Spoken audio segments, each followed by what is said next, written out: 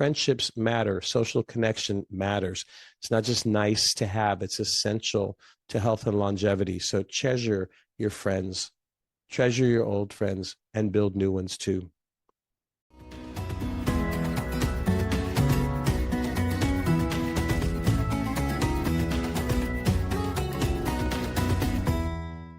Hi, everyone. Welcome to the Optimal Aging Podcast. I'm your host, Jay Croft of Prime Fit Content.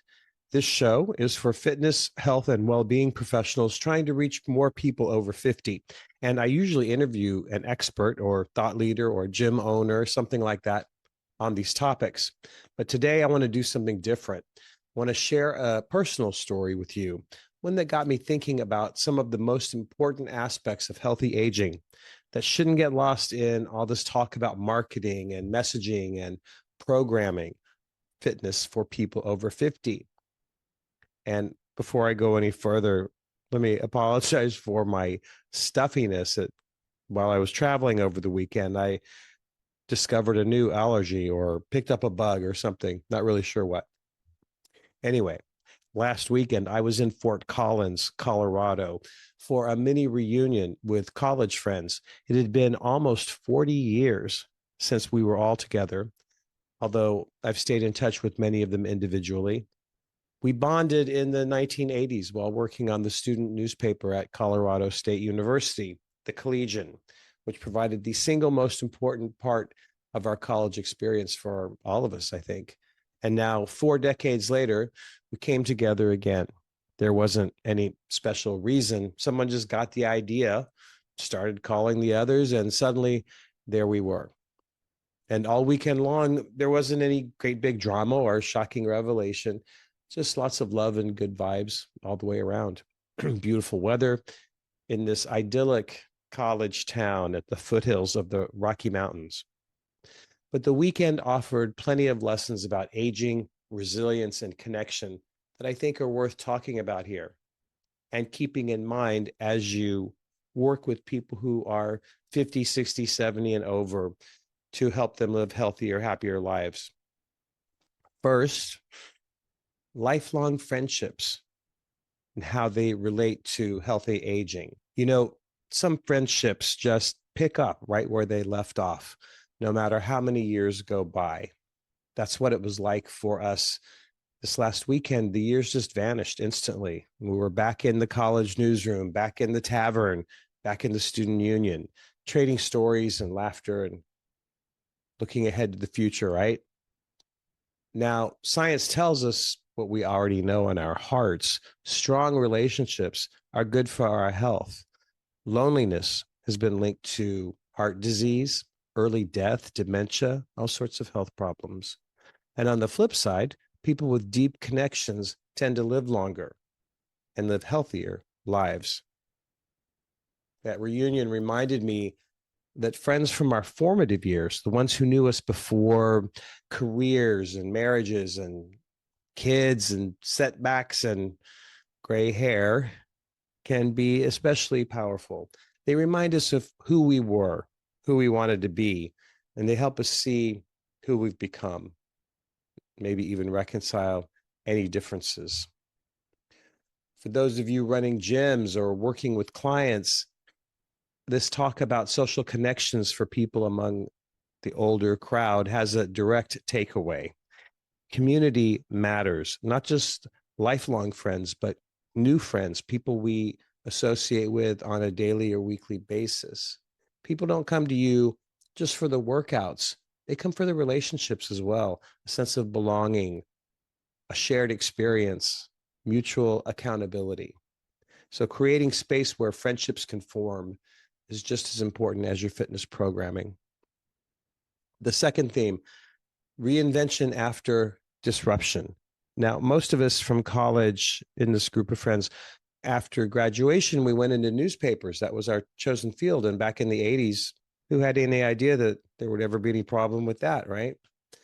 We thought we'd spend our careers in newspapers. But then along came the internet and mass disruptions to the newspaper industry. And suddenly, in our 40s, almost all of us had to reinvent ourselves in new careers, whether in I don't know, corporate communications or teaching or something completely different. It wasn't easy. Reinvention never is, but it's also essential to longevity, resilience, the ability to adapt when the world changes around you without asking your permission and just keeps going on. Well, that's what keeps you moving forward through it.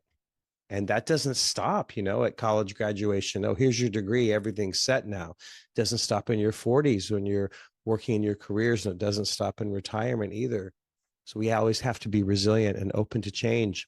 And this is true for fitness too, because as we age, our bodies change. Maybe we can't do certain things that we used to be able to do. Maybe we have new goals that never occurred to us before. That's fun too. People who take up triathlons in their 60s. I love hearing those stories. So we don't stop, but we change. Maybe we take up strength training or yoga or walking or whatever it is that's going to keep us active and engaged.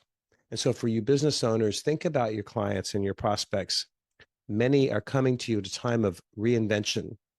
Maybe it's something they saw coming. Maybe it's something that shocked them. Retirement, a health scare, divorce, new grandkids, whatever, big life changes. And they're coming to you to help answer questions like, who am I now? And how do I stay strong for whatever's coming next?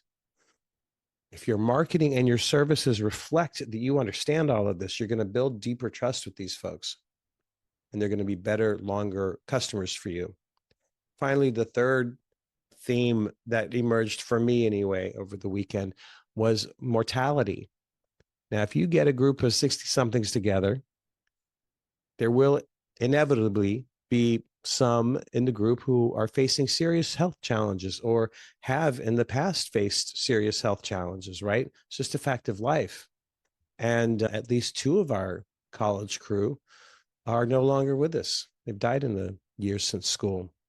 So it was impossible to escape the specter of mortality, to be dramatic about it, perhaps.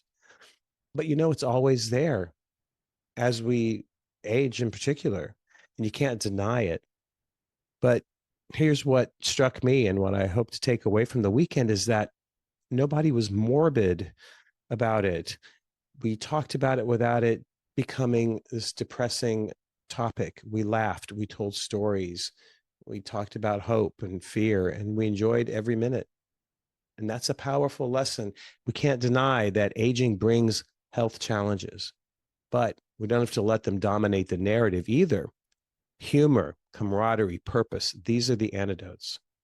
And this is exactly how you should be talking to clients and your communities about exercise for people over 50. It's as a way to live fully now. The message should be feel, move, and look better today. Improve your quality of life, extend your independence.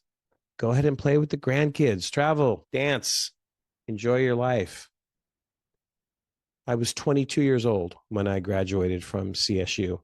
I'll be 62 this month, 40 years exactly. And I couldn't help but wonder what the younger me would think about last weekend and all of us gathered together again and what we'd done with ourselves in the intervening 4 decades. Some of us have gone through divorce, illness, recovery, career upheaval. Some are retired, some are still working. None of it's been perfect, but we're still here. We're still telling stories like we always intended. We're still connected like we'd always hoped. And that to me is the essence of healthy aging. Gratitude for what remains possible, joy in everyday moments, and perspective that comes from seeing the long arc of our rich lives. So, what can you take away from all of this? Let me boil it down to 3 big lessons for you fitness, health, and well-being professionals out there listening, and hoping you can relate a little bit better to your clients who are a little bit older. Number 1, friendships matter. Social connection matters. It's not just nice to have, it's essential to health and longevity. So treasure your friends, treasure your old friends, and build new ones too. Number 2, reinvention is part of the deal. Whether it's your career, your fitness, your identity, staying adaptable keeps us moving forward. So help your clients see that reinvention is an opportunity, not a loss. Number 3, can we try to acknowledge the inevitable, but balance it with joy, purpose, and gratitude? I hope so.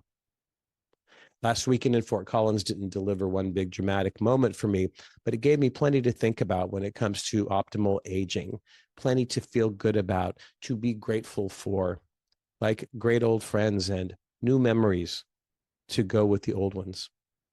Revisiting one of my favorite places with some of my favorite people and learning that I can love the present and the past rather than pointlessly obsessing about the way things used to be.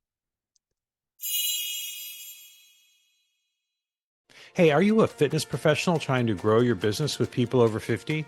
If you are, then you need to know how to communicate with them, how to market to them, and how to get them to trust you with their fitness, well-being, and money. We're talking about millions of people who are a little older than the typical market that the fitness industry usually pursues. They have more money, more time, and better motivation to make the best long-term fitness consumers you'll find anywhere. If you're not focusing on them, you should be. PrimeFit Content is the only content marketing company designed specifically to help you engage people in this group and to help you distinguish yourself from competitors in your community. It's effective, affordable, and super easy to use. Check it out at primefitcontent.com. That's prime, like prime of your life, fitcontent.com. Back to the show. So let me leave you with this. Who are your old friends you haven't seen in years? What's the place that makes you see life as hopeful and somehow pure? And how might reconnecting remind you of the power of friendship, resilience, and joy at any stage of life? Thanks for listening. Join me again next time.